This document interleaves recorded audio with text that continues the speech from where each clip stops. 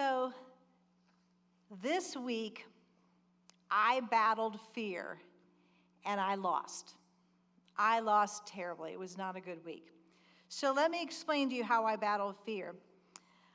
This week, we made plane reservations for our daughter, the one who just sang, is moving to Manhattan in October. And when you make the plane reservation, you know you're going. And I got filled with fear.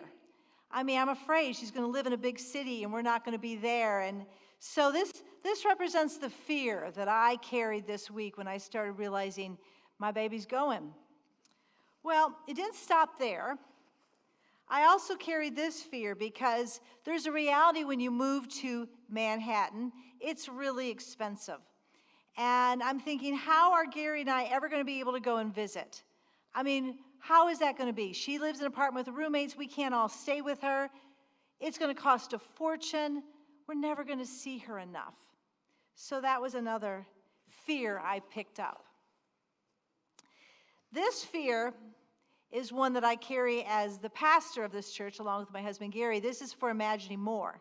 Imagining More started back before the pandemic. It's a way of raising money to redo the sanctuary. And we are well into the middle of it, and we had a lot of money raised, but it's cost a lot of money for the technology and AV, and it's almost all gone. And we still have to do the painting in here and install the carpet. We bought the carpet, we have to install it. And this represents, how the heck are we going to get that money?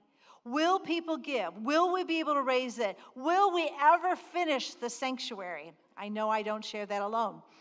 So that's another fear that I carry, and I carried this week. This fear here, well, this has to do with all the technology problems, bumps, and things we've had. Good example with no sound on that video. I mean, the reality is, in this transition period, we've had lights that felt too bright. We've had sound that was a problem. And don't even get me started on live stream. Goodness gracious. You know, you hear once someone goes on live stream and they are not happy, they don't ever come back. So truly, we're going to be losing people. Truly, one of you are going to get so irritated by all the transition and the upheaval, you're going to find another church. That's a heavy one. In this last one, well, this is a little bit embarrassing to say, but I've been stress eating, and so I have gained some weight, and so I'm fearful that I won't be able to get back down to where I was. I'm fearful my clothes will all get tight. It's very real to me, and probably one or two of you can connect on that as well. So I will just add this to my backpack. And so this is what this past week looked like for me. This is what I carried all week. And I got to be honest with you, it's really heavy. I chose to carry this bag this week. This was my decision. And so I want to continue the sermon series today on fear. And our decision, battling fear, deciding what kind of backpack we're going to all be willing to carry. So last week, Gary started us out on this sermon series, and he shared with us an acronym that the Reverend Adam Hamilton has come up with on how a process to deal with your fears. And it starts with this: face your fears with faith, examine your assumptions in light of the facts, attack your anxieties with action, and release your cares to God. So we all know I battled fear and I lost. I did not face my fears with faith, but we'll get back to that. We'll come back to that at the end of the service. But the next thing is, examine your assumptions in light of the facts. And that's what our sermon passage is going to be about today. So I want to kind of dive into the scripture, because that's always the most important thing we talk about. And we're going to read out of Romans 12 today. And Romans 12 is a great passage because it is teaching us how to let God's grace form and shape our lives. And the first half of Romans is all about within the church. How should God's grace shape who you are as you interact with other Christians? And the way Paul talks about it is interesting. He refers to spiritual gifts. And he says, we all have spiritual gifts. If you're a Christian, if you've been baptized, you have your spiritual gifts. And in Romans 12, it talks about how we all have different spiritual gifts. And some are way out there and everybody can see them, and other spiritual gifts are more quiet or private or behind the scenes. But they're all the same. They're all equally important. And no one is ever to feel better than somebody else because they have one particular spiritual gift. Spiritual gifts are all equal in God's mind, and they're all equally important.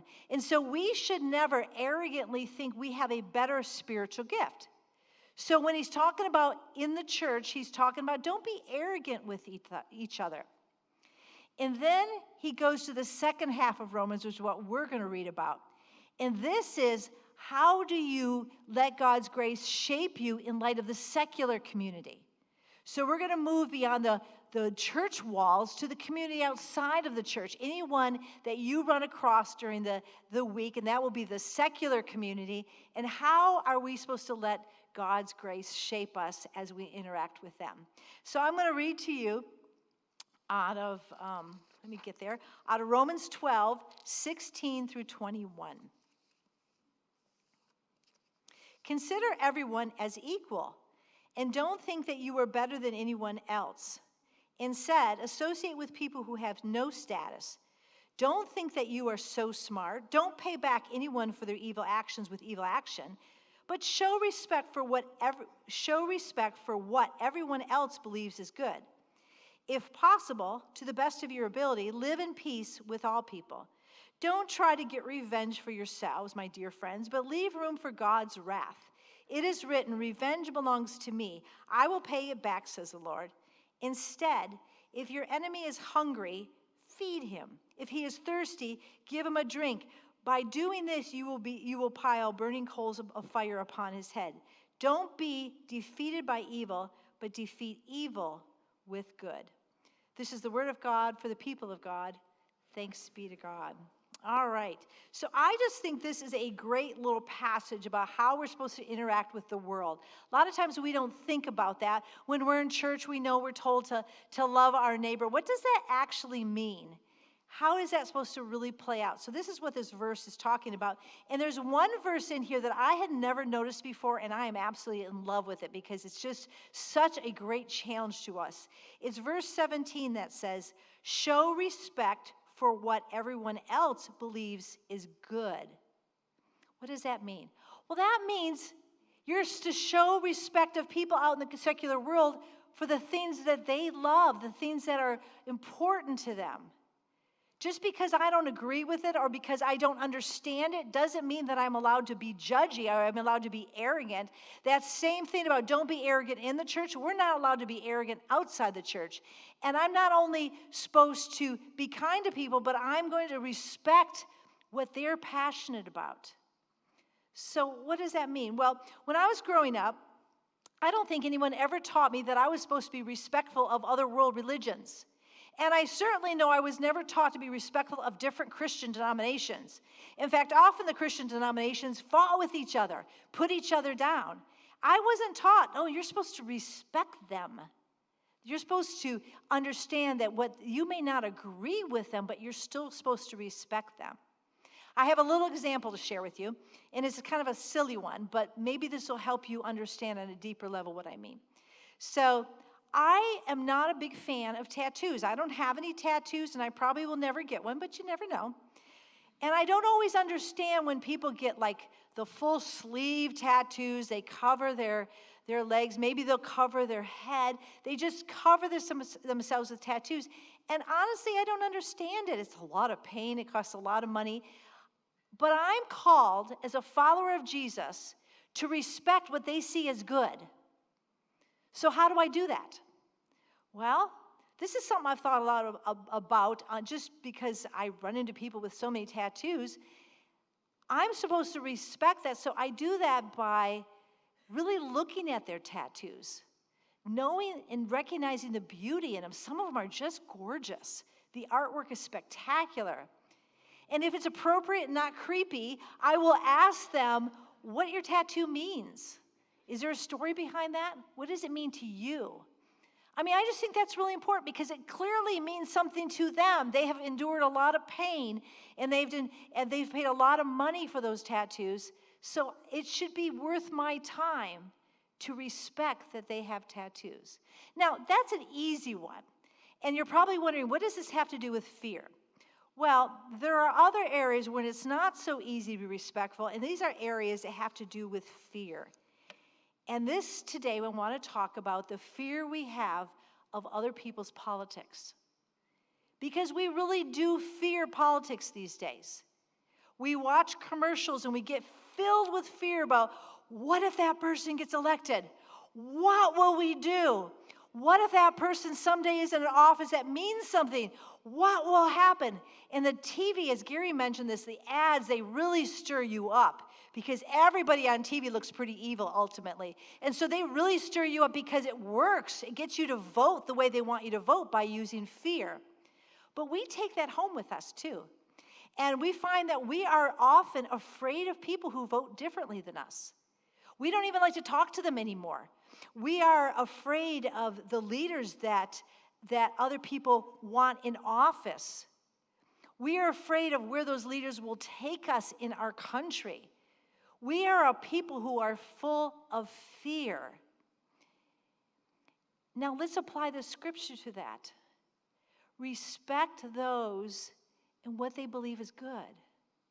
Well, that means we're not allowed to stay in this place of fear, that we're supposed to deal with it. And we do this by examining your assumption in light of the facts. We have to think this through. So I want to talk a little about politics. I'm going to make some assumptions here, and I realize this might offend one or two of you, but we're generally fall into two places, either liberal or conservative, right? We do. I'm sure there's exceptions to the rule, but let's just talk in this basic understanding. And I want to read to you what that means. And so I'm going to read some of it off of my sermon, and then some of it I'm going to read off the screen because I realized that I made a mistake on here. So if you are a liberal, your political and moral philosophy is based on the rights of the individual, liberty, consent of the governed, and equality before the law. If you are a conservative, that is a cultural, social, and political philosophy that seeks to promote and to preserve traditional social institutions and practices. Those are both good things. We need both of those perspectives. They keep us in balance. They help us stay healthy. We need both sides.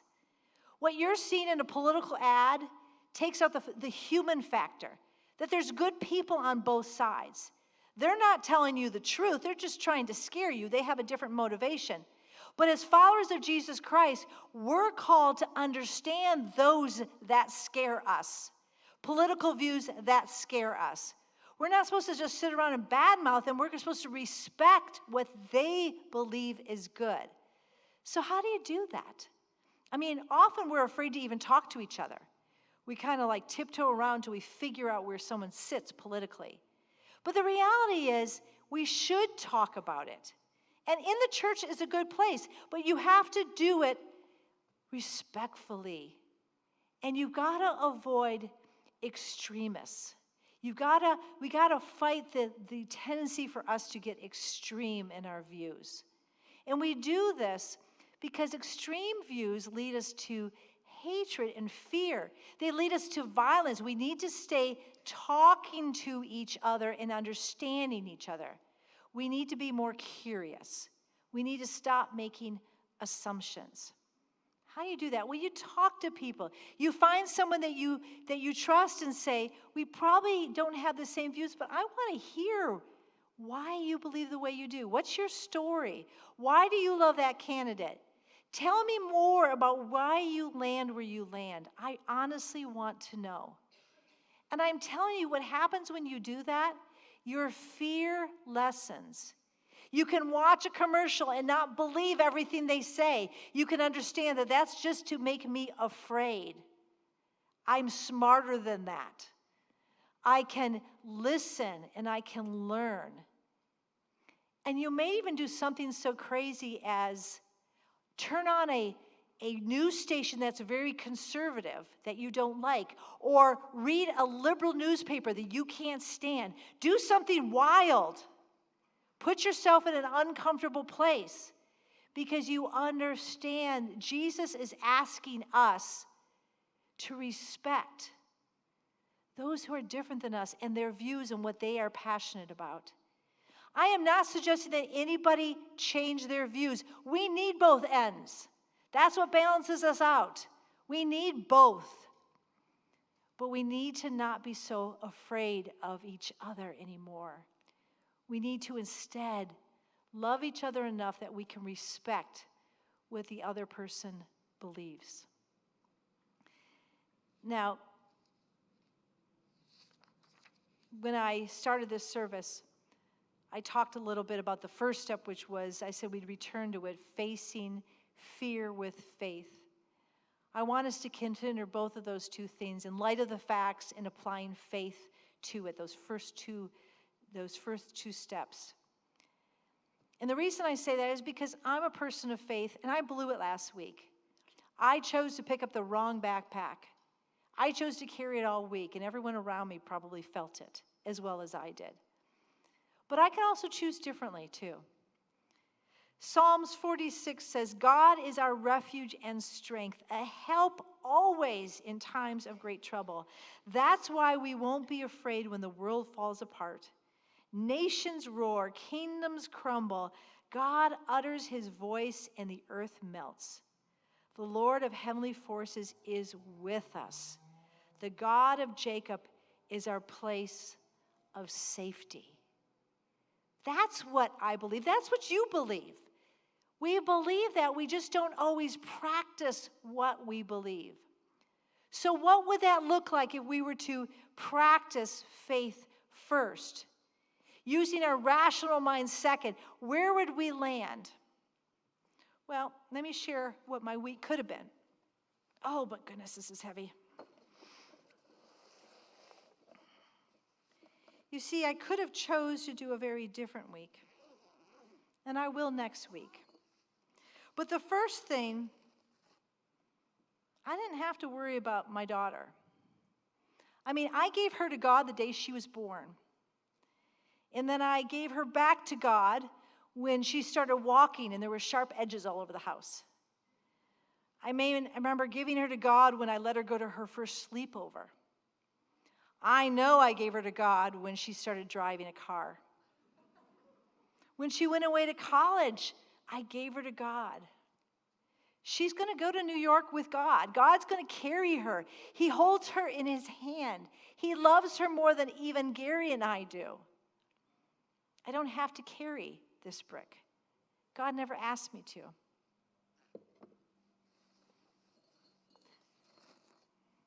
I was worried about the money, having the money to go visit in New York.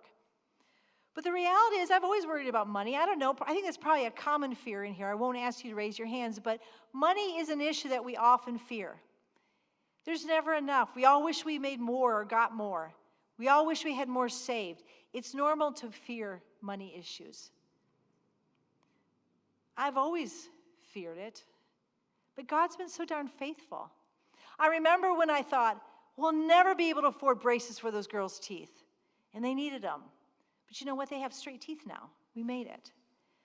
I remember they wanted to go on all these trips when they were in high school to very cool places because part of the chorus department.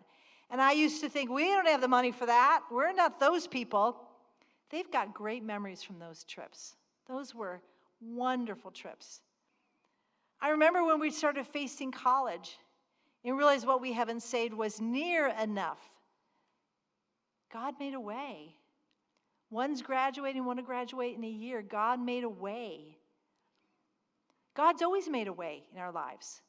I mean, honestly, I never stopped tithing and I never will because God's so darn faithful. He provides. I never know how, and often I have to wait, but he provides. And when I look back, I remember, I don't have to carry that.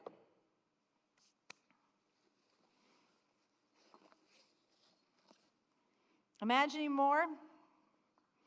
Well, do you know that originally the estimate to do all the AV, the lights, and electronics, not electronics, technology, it's darn expensive. It's $200,000, we were told. We did it by the grace of God for $150,000. I mean, that's God's provision. He provided the right people and the right time and the right stuff, and we saved a lot of money. He knows that we need to paint. He can see the walls. He knows we need new carpet. He's going to make a way. I have to look to him. He's the one who makes a way when I can't figure out how it's going to happen. That's the God we serve. That's the God I love. And that's the God who I've seen be faithful over and over again.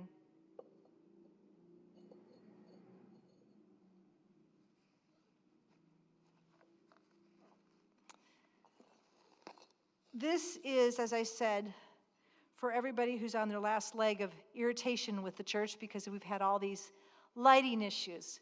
We've had all these sound issues. And if you're watching on live stream, we know your pain. But you know what? I'm not the boss of this church. Gary's not the boss of the church. This church belongs to God. It's always been God's church. And he depends on all of us to care for this church. And it's God who will grow this church. For everybody we lose on live stream, God will bring something new then. Or maybe he'll just help calm their stress and they'll stay another week. I don't know. But it's God who grows the church, and I need to remember that. I'm called to be faithful. You're all called to be faithful. But God, he's the one who is ultimately in charge. In this last one, and I mention it because a lot of times we think, oh, these are just silly little things, but if you're fearful about your weight, it doesn't feel so silly. If you're discouraged and depressed, it doesn't feel so light. The reality is God cares about everything in our lives if we care about it. Even if it's a small issue, he cares. Whatever we're afraid of, whatever we're afraid of the future or afraid of money or what's going to happen or what's not going to happen, he cares first. And he is there to be with us. And I got to say, this is a much lighter backpack. This is the one I'll carry this week. It's a lot easier. I will choose to have faith. I will choose to think rationally. I will choose to go God's way and not my way. Because we understand that fear is such a prevalent issue with us, we have created some tools to help you during this sermon series.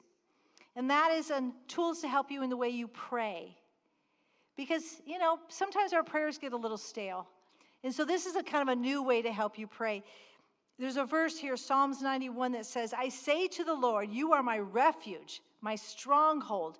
You are my God, the one I trust. That's so short you can memorize that. You could say it over and over as a meditation. Or every time you feel tempted to pick up a brick and put it in your backpack, you can say, no, it's God I trust. So take this home with you and figure out how to use it to strengthen you in your faith journey. God is with us. He understands our battles. He understands our fears. Fear is not all bad. Some fear is good. Some fear keeps us safe. It makes us have precautions. But when fear starts loading up our backpack, when fear becomes a heavy thing to carry, it's time to turn our faith back to God and to ask him to strengthen us in our faith so that we can lay down our fears. In the name of the Father, the Son, and of the Holy Spirit. Amen.